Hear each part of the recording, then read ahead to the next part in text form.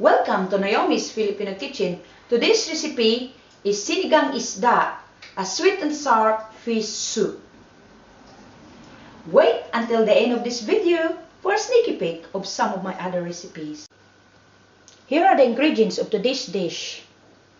Fish sauce, chili pepper, bell pepper, pineapple, sinigang sa Sampalok mix, onion, tomato, ginger, taro, aubergine, okra, and water. The other main ingredient is spinach.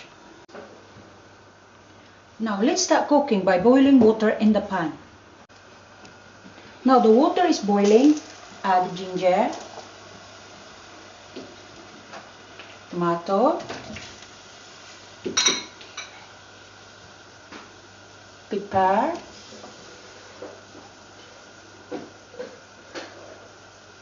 onion, give it a stir, cover and simmer for 10 minutes.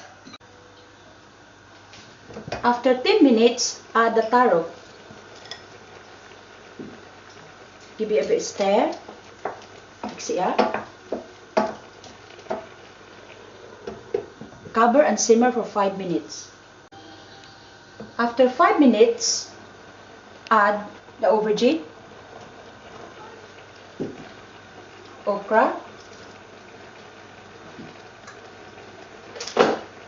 pineapple, give it a stir,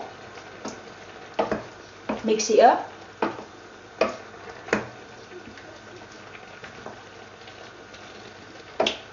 wow, look at that, looks gorgeous. Cover and simmer for 10 minutes. After 10 minutes, add the fish.